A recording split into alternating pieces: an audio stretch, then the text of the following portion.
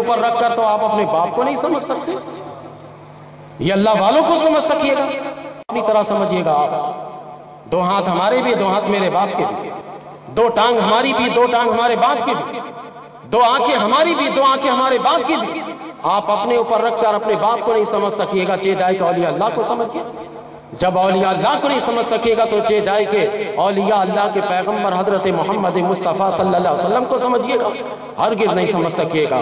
تو دیکھیے، بندہ اطاعت کے ذریعے سے محب کے درجے پر رہتا ہے، اور بندہ اتباع کے ذریعے سے محبوبیت کے درجے پر فائز ہوتا ہے۔ جب اطاعت پر پھنسا رہتا ہے تو کاندھے پر گیٹھری رکھتا ہے، جب اتباع تک آگے جاتا ہے اپنے سر پر تاج اور امامے رکھتا ہے، تاج اور امامے سجاتا ہے، دنیا والوں کو دکھاتا ہے کہ دیکھو میں اس منزل پر پہنچا۔ غوث پاک کے پاس، یعنی اطاعت اور اتباع کا فرق بتا رہا ہوں، اس میں اپنے اولیاء اللہ کا بھی تذکرہ لازمی ہونا چاہیے۔ غوث پاک کے پاس ان کے رشتہ دار کے خاتون پہنچی، دیکھا کہ مرغے توڑ رہے ہیں۔ اپنے بیٹے کو جب لا کر مدرسہ میں داخل کرایا تھا، دیکھا بیٹا سوکھی روٹی کھا رہا ہے۔ غوث کے پاس جھنجھلاتے ہوئے خاتون پہنچی، بڑی عجیب بات ہے، خود مرغے توڑ رہے ہیں اور ہمارے بچے کو آپ سوکھی روٹی کھلا رہے ہیں۔ غوث نے کہا بیٹھ جانا، تو بیٹھ گئے۔ کھانے کے بعد ہڈیوں کو یکجا کیا، اوپر ہاتھ پھیرتے ہوئے کہا کہ اللہ کے حکم سے اٹھ جاؤ۔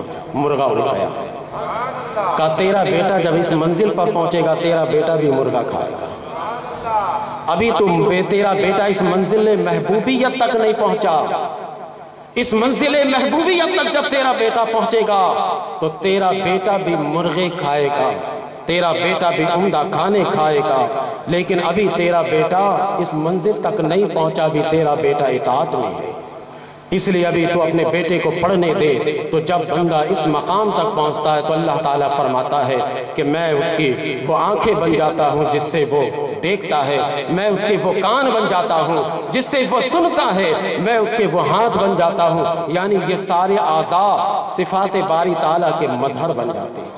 پھر اللہ تبارک و تعالیٰ کی فرماتا ہے کہ جو میرا محبوب ہو جاتا ہے وَإِن سَأَلَنِي لَأُعْطِيَنَّهُ، جب وہ مجھ سے مانگتا ہے تو میں دیتا ہوں، مجھ سے سوال کرتا ہے تو میں اسے دے دیتا ہوں۔ اس لیے ہم خود دعا کرنے کے بجائے اللہ کے نیک بندوں سے دعا کرواتے ہیں۔ یہ فلسفہ سمجھ میں آ رہا ہے؟ ہم اللہ کے نیک بندوں سے کہتے ہیں کہ دعا کر دیجئے ہمارے لیے، حالانکہ ہم مسجد میں بھی ہوتے ہیں تب بھی امام سے دعا کرواتے ہیں۔ اسی لیے یہ کرواتے ہیں کہ یہ اللہ کے نیک بندے ہیں، یہ اللہ سے سوال کریں گے تو اللہ تعالیٰ رد نہیں کرے گا۔ وَإِن سَأَلَنِي لَأُعْطِيَنَّهُ، اگر یہ مانگتے ہیں اللہ تبارک و تعالیٰ سے تو اللہ تبارک و تعالیٰ انہیں دے دیتا، رد نہیں کرتا، اللہ تبارک و تعالیٰ ان کو دے دیتا۔ یہ قرآن پاک کے 2 آیت اور بخاری شریف کے ایک روایت، 3 کا فیگر اس میں بھی پورا ہو گیا۔ 3 میں نے اطاعت اور اتباع میں فرق ضمناً باقی باتیں ہوئی ہیں، اور ابتداً میں نے 3 کے فیگر بتائے، بعد میں بیٹھ کر حساب و کتاب کر لیجئے گا کتنی آمدنی ہوئی کتنا نقصان ہوا، 3 کو جوڑیے گا۔ اب ایک اس سے ہٹ کر میں جذب القلوب کی بات جو میں نے وعدہ کر لیا تھا بتانا پڑا۔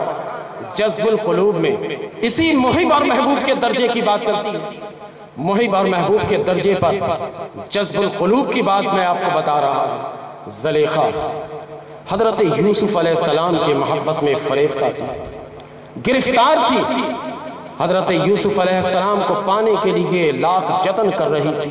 حضرت یوسف علیہ السلام پر الزام عائد کیے گئے، حضرت یوسف علیہ السلام کو جیل میں بھجوایا گیا، حضرت یوسف علیہ السلام کے ساتھ کیا کیا سلوک نہیں کیا گیا، لیکن آخرکار جب اسی زلیخا کو حضرت یوسف علیہ السلام مل گئے، یوسف علیہ السلام کے نقش قدم پر چلتے ہوئے اب یہ اللہ تبارک و تعالیٰ کے حکم کے پیروکار بن گئے، اتباع کی منزل پر چل گئی، یوسف علیہ السلام کی پیروی کرنے لگی، اتباع کرنے لگی۔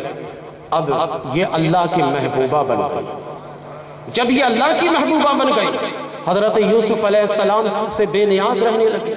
حضرت یوسف علیہ السلام نے پوچھا کہ اے زلیخا، تو ہی تو ہے کہ مجھے پانے کے لیے تو نے کتنے جتن کیے، مجھے پانے کے لیے تو نے کتنی کوششیں کی، کتنے تو نے مجھ پر الزام عائد کیے، میرے ساتھ تو نے کیا کیا سلوک کیے، لیکن اب جب میں مل گیا تو مجھ سے اتنی بے رخی کیوں ہے؟ زلیخا جواب دیتی ہے کہ اے یوسف، یہ اس وقت کی بات ہے جب میں محب کے درجے پر تھی. مجھے اس رب کریم کے بارے میں کچھ پتا نہیں تھا, مجھے آپ کے اتباع کے بارے میں کچھ پتا نہیں تھا, مجھے آپ کے بارے میں کوئی خبر نہیں تھی. لیکن جب سے میں نے آپ کی اطاعت کی اور اتباع کی, اس اطاعت اور اتباع نے مجھے اس محب کے درجے سے اٹھا کر جب محبوبیت کے درجے پر فائز کر دیا, تو اب مجھے اب اس رب کے علاوہ کسی کی حاجت ہی نہیں. جذب القلوب میں اسی محب اور محبوب کا فرق بتاتے ہیں کہ محب جب تک محب رہتا ہے وہ دنیا کا طالب رہتا ہے, وہ دنیا کو چاہتا رہتا ہے. محب جب تک محب رہتا ہے وہ دنیا میں گرفتار رہتا ہے. محب جب اس درجے سے آگے بڑھ کر محبوبیت کے درجے پر فائز ہوتا ہے تو پھر اس کے دل کی دنیا جب بدل جاتی ہے تو کیفیت کچھ اور ہو جاتی ہے. کیفیت ایسی ہی ہوتی ہے کہ سامنے اللہ کے پیغمبر ہے تب بھی بے نیاز ہیں. زلیخا کہتی رہتی ہے کہ بس اب تو میرے دل و دماغ میں اگر کوئی ذات ہے تو وہ صرف اللہ وحدہ لا شریک کی ذات ہے. تو بندہ محب سے محبوبیت کے درجے پر فائز ہوتا ہے. تو یہ ہے اطاعت اور یہ ہے اتباع. امید ہے کہ آپ اطاعت اور اتباع کو سمجھتے ہوئے بہت سارے عقائد کی بات جو میں درمیان میں بتاتا گیا وہ بھی آپ سمجھتے چلے گئے ہوں گے. اور میں سمجھتا ہوں کہ ایسی ویسی کوئی بات میں نے کی نہیں ہے, سارے عقائد کی بات کی ہے. اور میں اسی وجہ سے دعوت دیتا ہوں, دعوت فکر دیتا ہوں کہ آپ آیا کریں ہماری محفل میں. ہمیں مانے یا نہ مانے, میں جو بات بتاؤں اس بات کو سن لیا کریں. سننے کے بعد پھر آپ اپنے دل و دماغ کو جھنجھوڑیے, پھر فیصلہ لیجئے دل و دماغ سے کہ آپ کا دل و دماغ کیا فیصلہ دیتا ہے. میں نے صرف جذب القلوب سے ایک جو صحاح ستہ سے ہٹ کر ہے ایک کتاب کا حوالہ وہ بھی عنوان سے ہٹ کر میں نے دیا ہے. باقی جتنی بھی میں نے حدیث پیش کی ہے وہ حدیث میں نے سب کے سب وہ احادیث میں نے صحاح ستہ کے حوالے سے پیش کیے. اطاعت اور اتباع میں فرق امید ہے کہ آپ سمجھ گئے ہوں گے.